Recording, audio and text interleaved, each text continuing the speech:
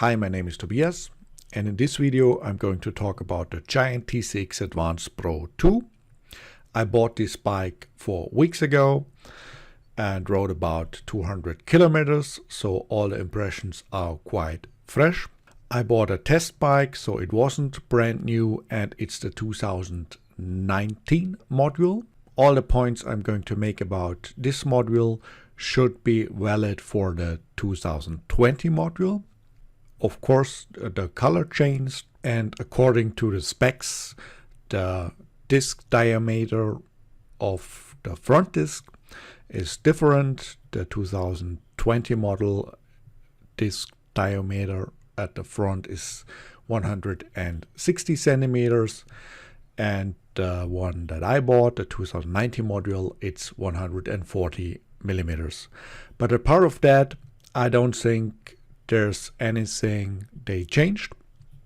And as far as I know, all the modules before the 2019, 2018, 2016, etc., the geometry and most of the spec didn't change. But I don't know. You have to check by yourself if you consider buying older module. Okay, let's talk about the things I really like about this bike. First of all, the geometry is phenomenal.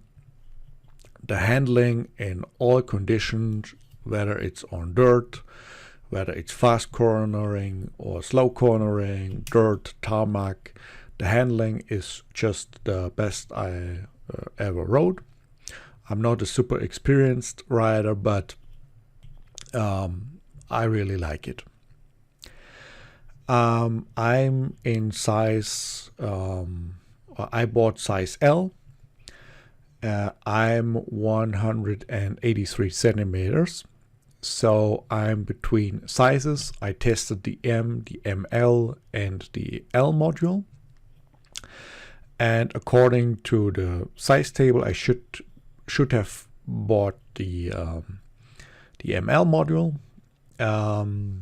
Because I'm between ML and L, but I bought the L module because it was cheaper, and yes, but I had to buy a shorter stamp, so the original is, I guess, 11 centimeters, and I changed it to an 8 centimeter stamp.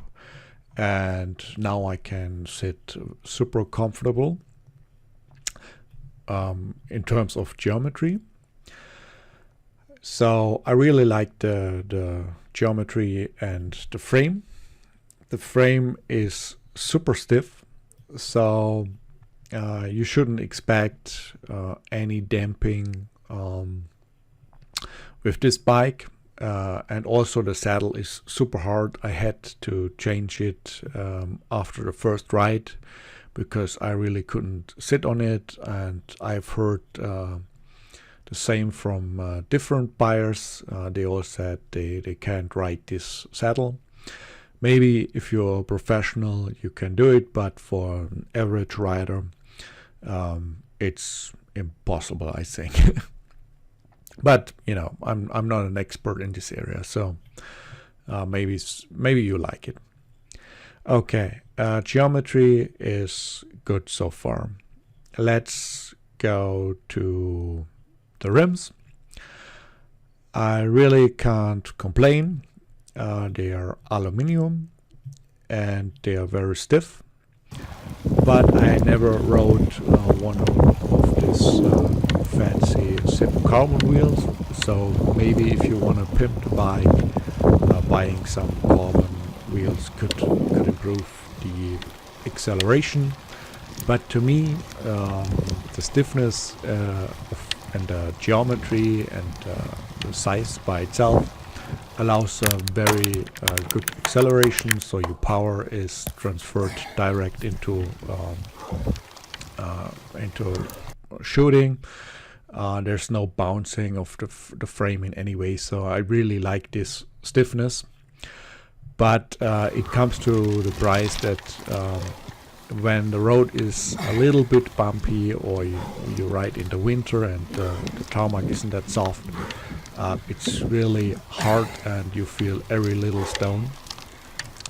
So I don't think it's a good gravel bike, because if you want to sit more than 2 hours, you want to have a comfortable position. In terms of body position, that's totally okay, but the stiffness of the frame is really something I wasn't expecting, to be honest. I was expecting a more flexible, because it's carbon, but that didn't work out. You can change that, I guess, by switching to some other tires. So the original tires are really made for dirt, and they're only, I think, 32 or 34 millimeters in size, in width. So if you change then to something like a VTB Byway 45 millimeters, that's what I'm going to do, I guess. Then it's probably a better gravel bike. But I don't think it's really a gravel bike, not only because of the tires and the stiffness of the frame. Also the one by rival one is not the perfect gearing if you are looking for something to drive on different conditions.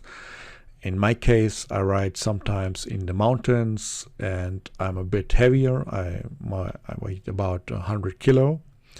So you're always short in gears. So if there's a mountain and you want to drive with less than 6 kilometers, you can't do it because the gear is too big.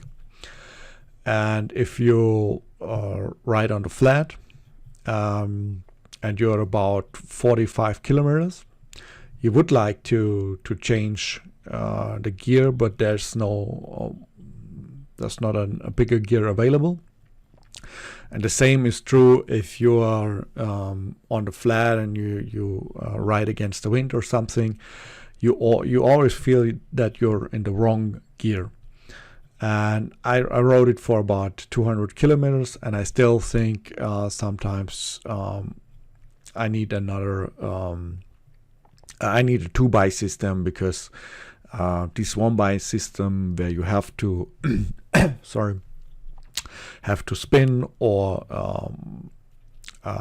paddle is not really good, especially if you try to ride long distances with constant heart rate, constant power output, constant watts. That's not the bike you should look for. This is really something for fun, for playful enjoyment in the woods. Okay. Oh, there's one thing that is really annoying about this bike, and I'm not sure if it's because my dealer did something wrong or it's just a mistake by design. The cable for I think it's the brake cable is rattling within the frame, so the cable is bouncing against the frame. And in my first test ride, I really couldn't. I was really annoyed. I was really pissed off because of it, because it's so noisy and annoying. You always have this bouncing. And first I thought it's the noise comes from the bottom bracket, but I was able to hold one of the cables while riding, and I could eliminate these issues. I'm going to fix it, but I think I can show you some footage of it, and that's something I have to fix. I'm not going to sell it because for the most part I'm going to ride this bike in Berlin, and this is a flat area, so I don't need the gear ratio of someone who is driving in a more mountain area like I'm at the moment. So I think I'm going to be very happy with this bike, but I will update you whenever I have something interesting to say about it. If you have any questions, please leave a comment. Maybe I can do an additional video or go into more details. Thank you very much.